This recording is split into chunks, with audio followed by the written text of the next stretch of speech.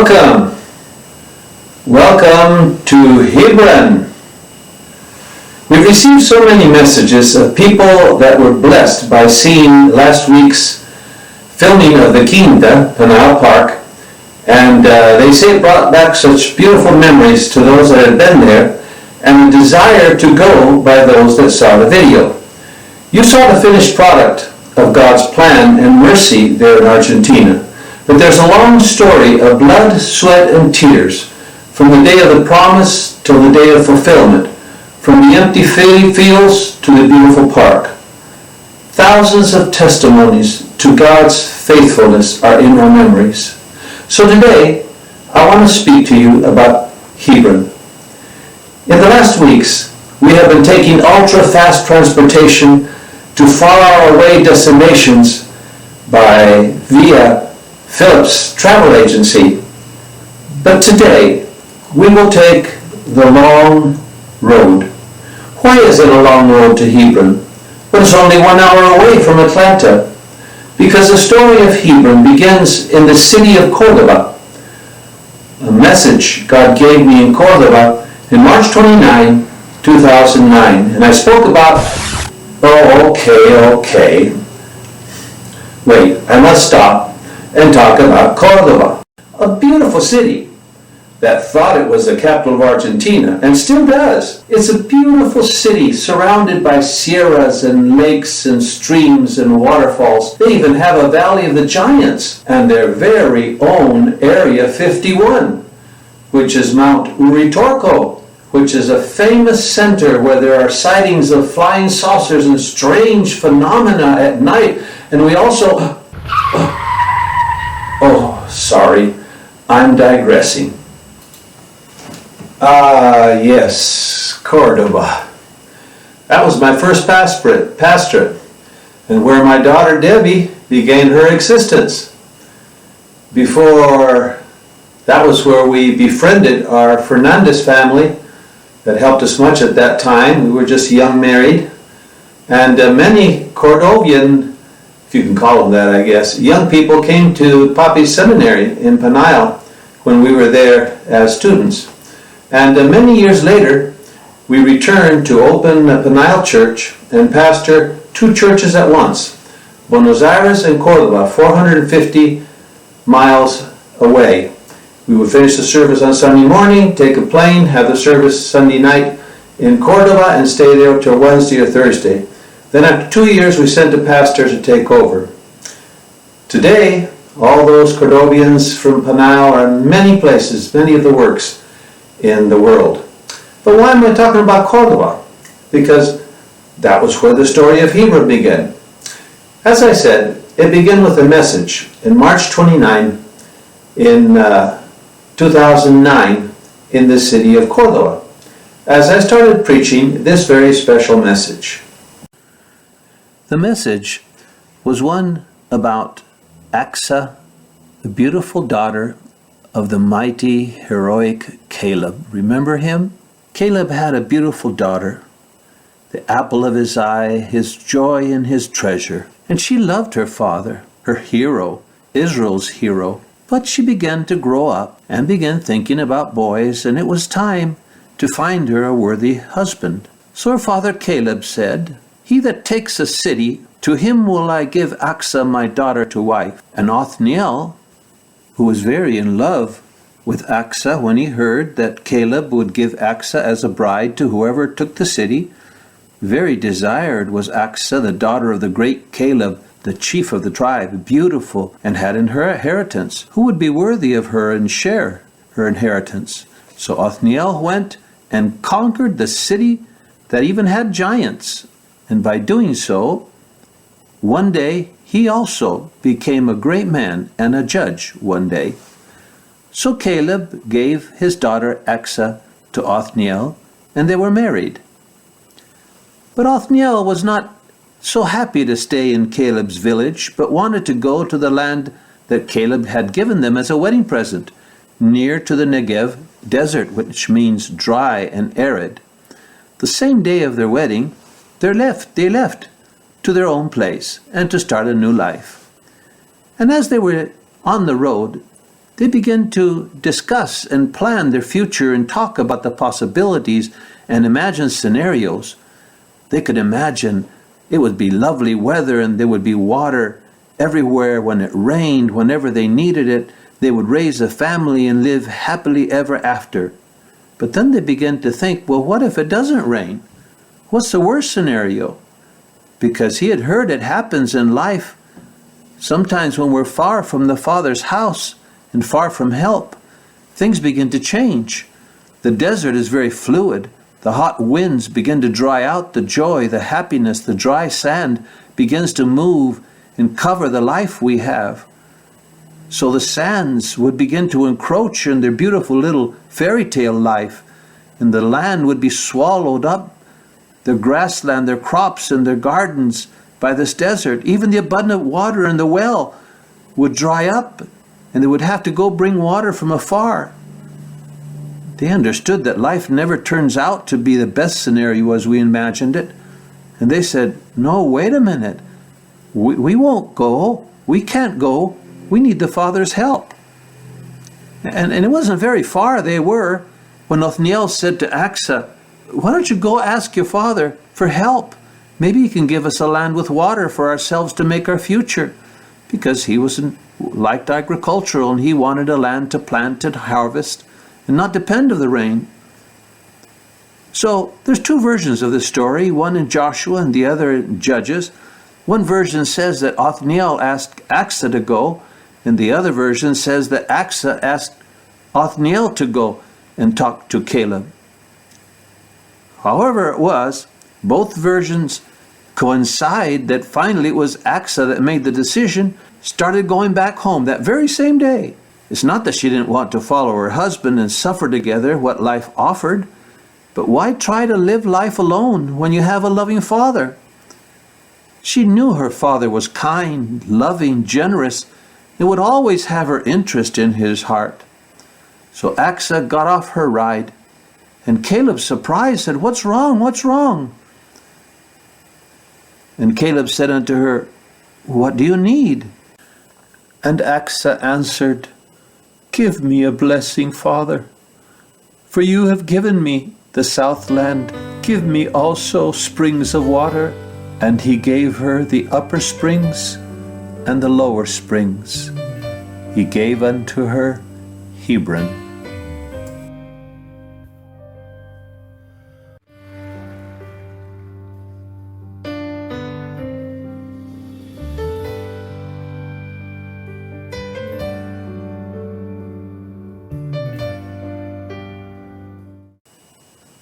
So, here we are again to continue our journey. Cordova was a very eye-opening message. I didn't really understand what it meant, but I knew it meant something. It had a hidden message for us. So the long road to Hebron continues now through Thailand. Okay, here we are in Thailand. Do you know, the next year, when we went to Asia, we were in Thailand with Pastor Vaughn and Juliana and their lovely family. And there in Thailand, in a retreat, God gave me to preach on the same subject, Achsah and the upper, lower, and lower springs of Hebron, just like in Cordova, just a few months before. And now, one day, Hebron became one of the 6 cities of refuge. So it expanded my understanding of what Hebron was. And how I wished I could also have my Hebron. There was such an anointing and reality in the message of Hebron, the land of the upper and lower springs. And as I was speaking, my wife Peachy was sitting in front, and God spoke to her, saying, dare to dream again. Now, why would he say something like that? It's because we had lost our faith to dream again. You see, our dreams have been dashed many years before, and we stopped dreaming, we stopped believing in Hebron. And where did we lose that dream? In Spain. And this is the story of that crushed dream. Barcelona. It has become a home away from home for us. Ever since God spoke to me in a vision in 1992 to go to Spain and go to Asia, we began to travel to those places. One day when we were in a treat of some people from England, we met a lady named Helen.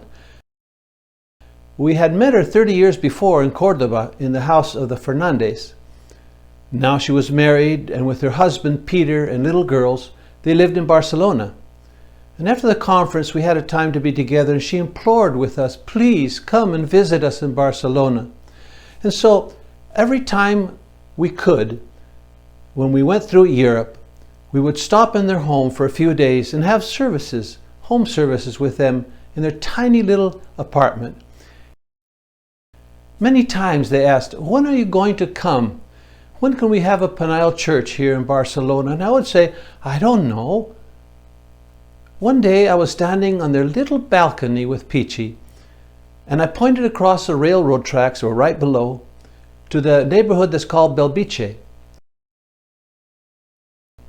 The house of Peter and Helen became a landing place for many of our people.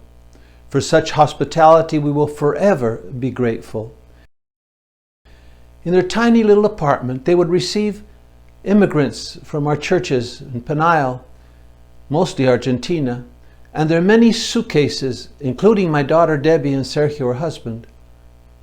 Here's a picture. In the year 2000, it was our time to move. We left the beautiful Quinta, or the Penile Park that we saw last week, and our home and our church in Buenos Aires. We left it in the hand of capable leaders that we had trained. And we moved to Europe and made our headquarters in Barcelona, Spain. And we shortly opened up a little church in Barcelona. And where did it happen? Right across from that tiny apartment of Peter and Helen in Belviche, Barcelona, Spain. And we began to establish our residence in Spain. And after a few weeks of living with our daughter Debbie and Sergio, who had been living for a while now already in Barcelona, we then went to live in a camping place in a camper site. Here are some pictures for you. I'm sure you'll enjoy it. Summertime was bearable, even beautiful, as it was close to the ocean. And in the spring and summer we had many a barbecue and late fellowship with our family, our grandkids, and the church family. But the winter, oh, it was cold. We had to walk several blocks to get to the restroom and the showers, and it was so cold. A big contrast to Argentina and our comfortable home in the beautiful Penile Park. But we were happy to be Penile pioneers, starting over again at 50 years old. But we were so wonderfully compensated by His presence. He was so close and real to our services. Spain still is a very special place, a dwelling for His presence. One year, we had a youth camp in a place called Berea. It was rustic buildings and beautiful campgrounds in the mountains.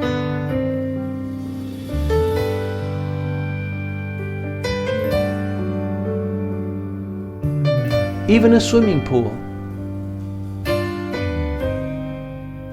It was old and rough, as most buildings are in Spain.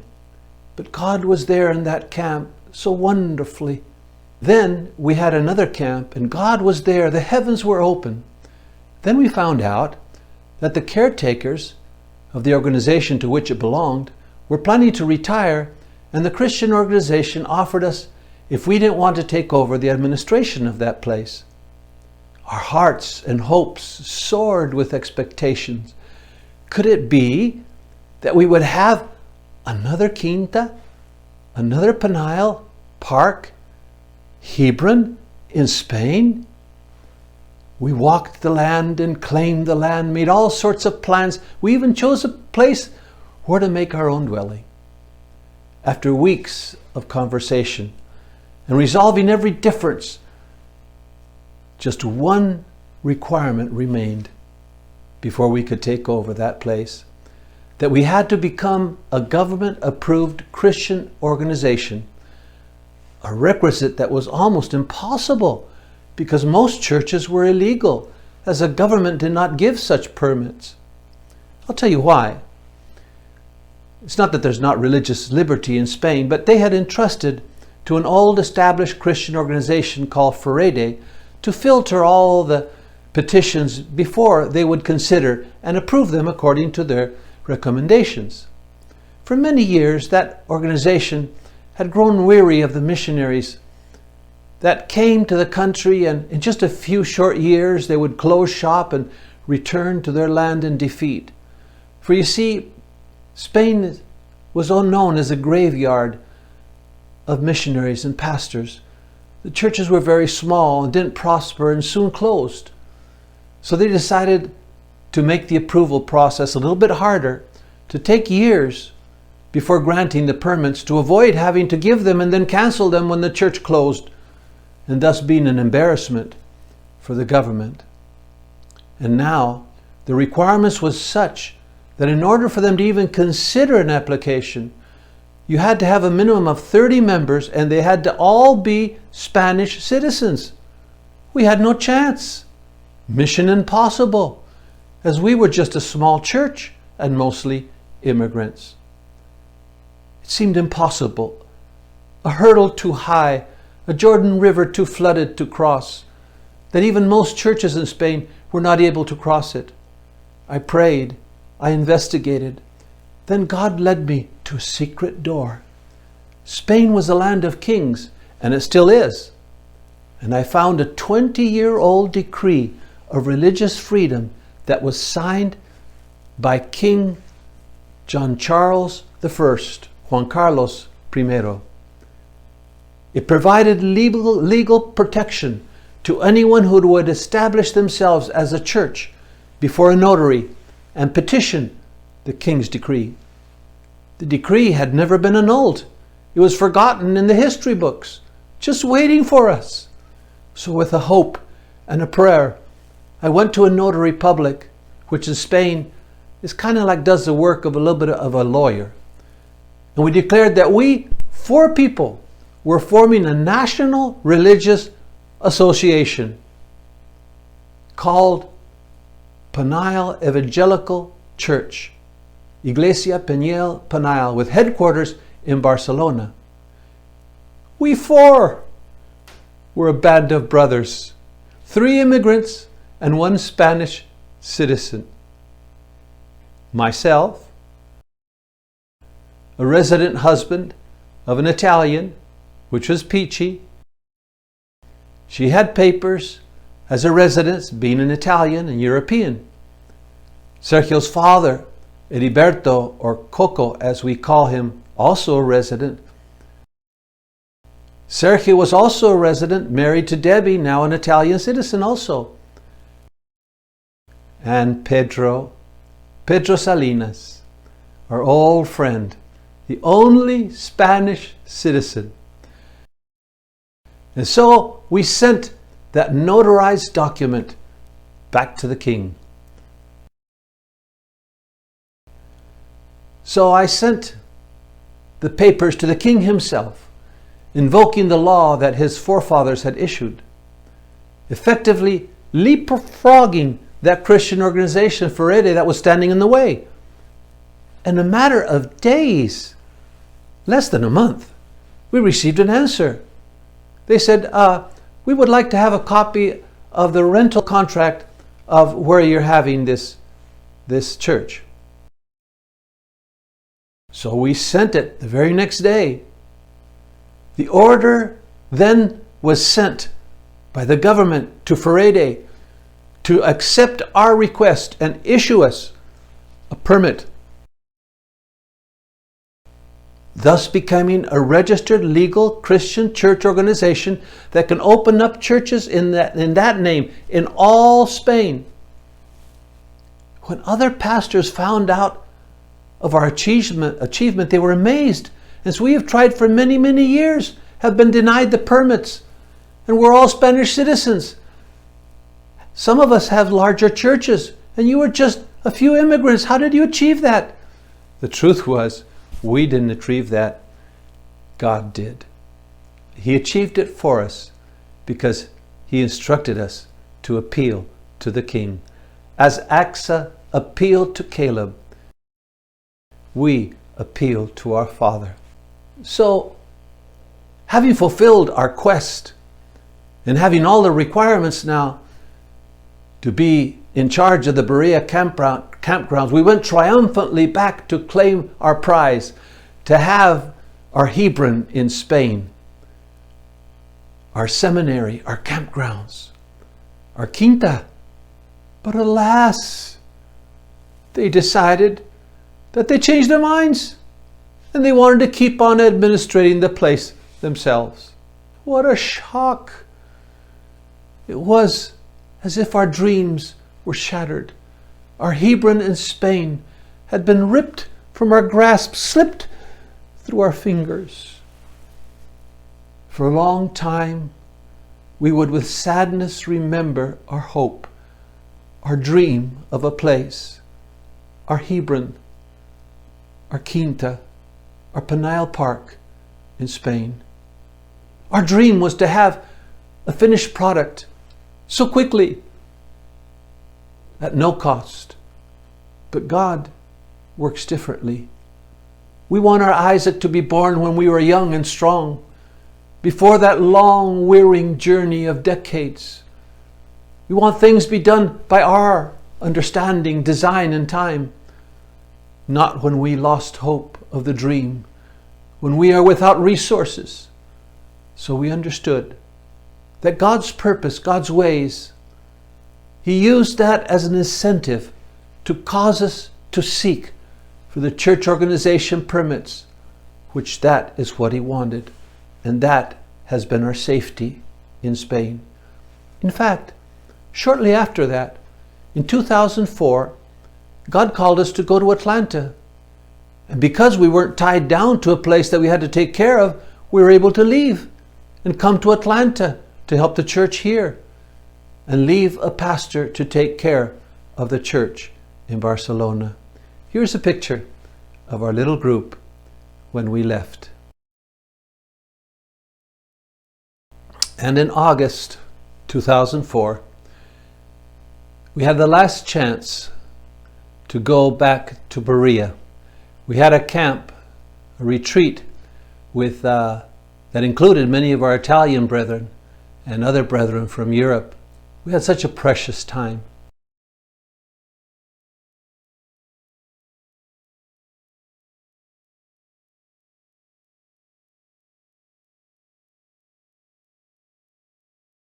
It was there that God gave me to see the story of the carpenter's cup.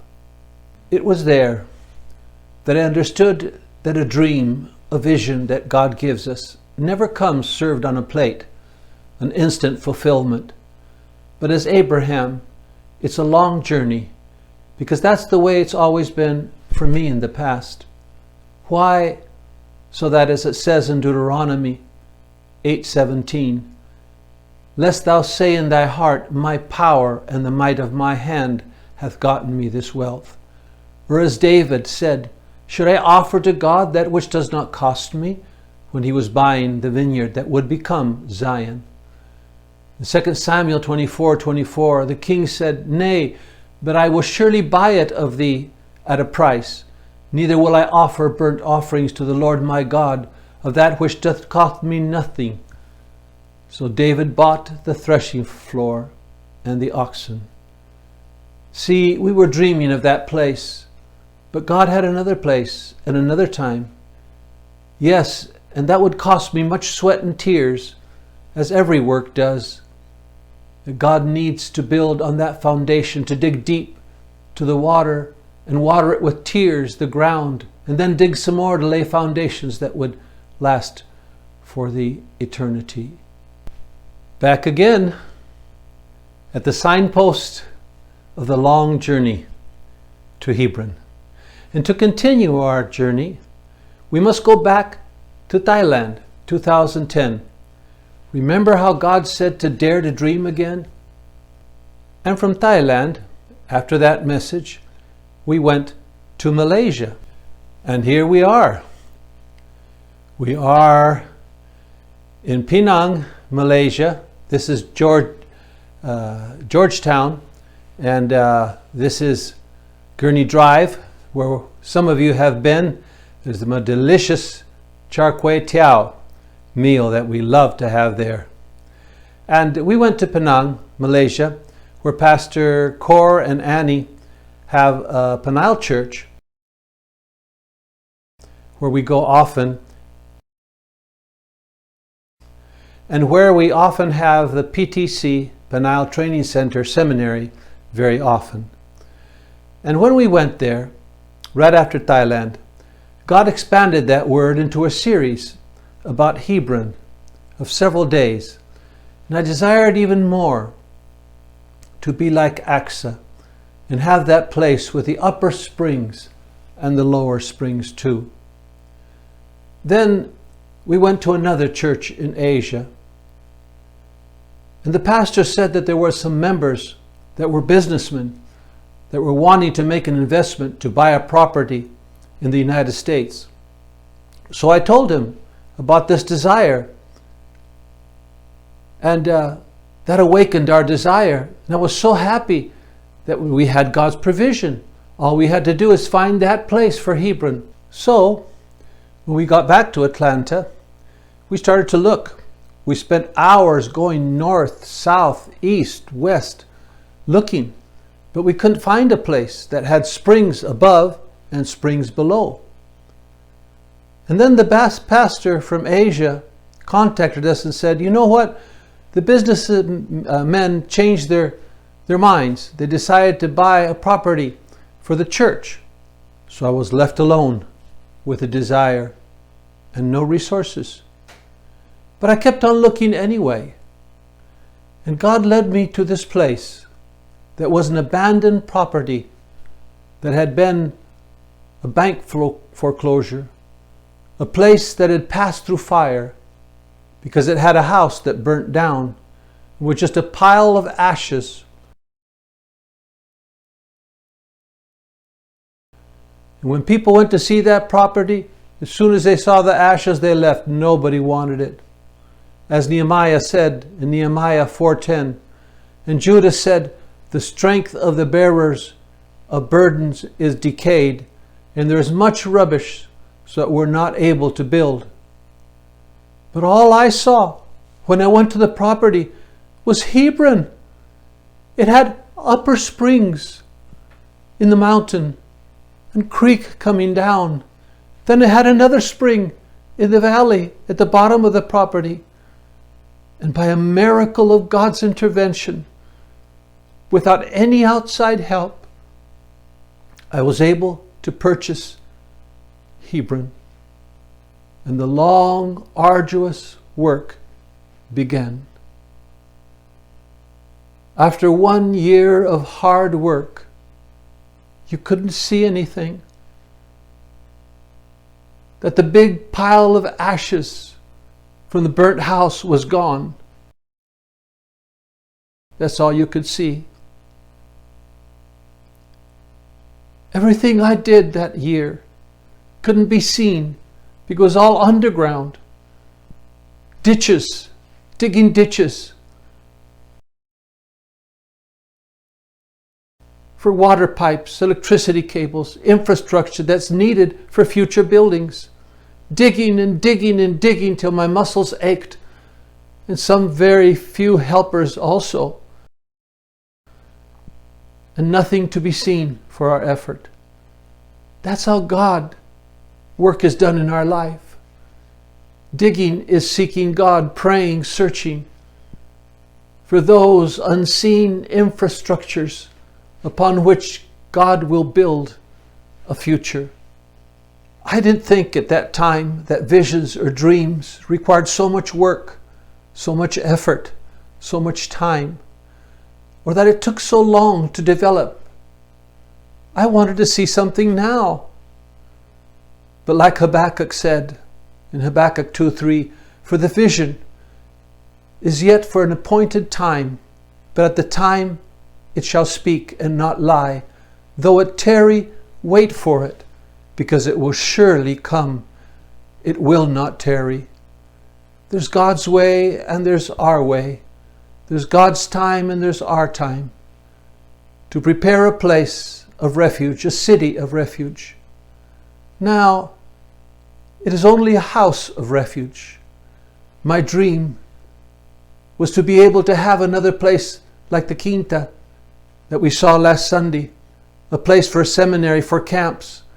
And although it has been a blessing for many people that have come, and we've had meetings there in the house, the vision is not complete yet. Maybe it won't be complete in my time. As Paul said in 1 Corinthians 3:6, I have planted, Apollos watered, but God gave the increase. But today, it already is a refuge for us and our church family. So if God gives you a desire, a vision, don't give up. Nothing is impossible. He will open up a way where there is no way. Oh, by the way, how about the Hebron that we wanted in Spain? That we were so disillusioned. Remember when we lost that opportunity in Berea? Well, were we wrong to believe, to hope, to ask, to pray for it? Did He deny us our request and instead give us this Hebron in Atlanta? Well, I guess God had another plan for another time. He wanted to first give us another city of refuge. Not only the Quinta, Panal Park in Argentina, and now here Hebron in Atlanta, but 7 years later, He gave us a city of refuge in Spain also. But that is a story for some other time. It says in Isaiah 55:8, God says, for my thoughts are not your thoughts, neither are my ways your ways, saith the Lord. For as the heavens are higher than the earth, so are my ways higher than your ways, and my thoughts than your thoughts. Yes, God is great. And you know, sometimes we're disillusioned. We think that God says no. But you know, many times God doesn't say no. We take it as a no because things don't happen. God says yes, but not now, later. There was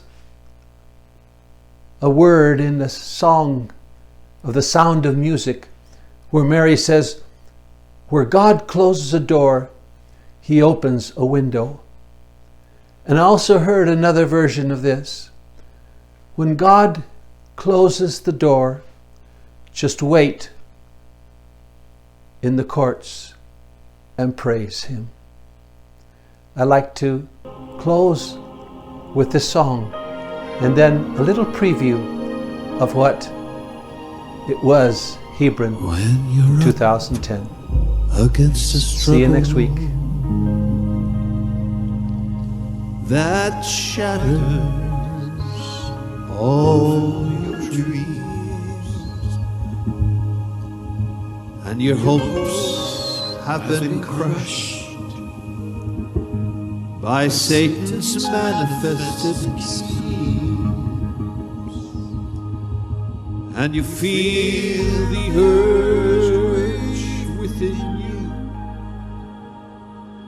to submit to earthly fears. Don't let the faith you're standing in seem to disappear when you're up against a struggle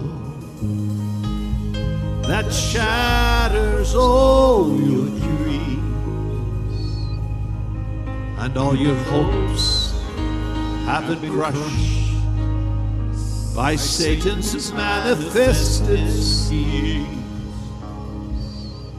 And you feel the urge within you to submit to earthly fears. Don't let the faith you're standing in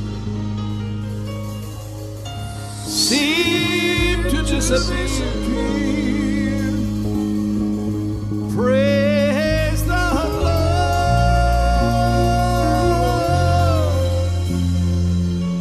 He can work when you praise Him. Praise the Lord. For when you do, our God inhabits that praise. Praise the Lord. For the chains that seem to bind you serve only to remind you that they drop powerless behind you when you praise.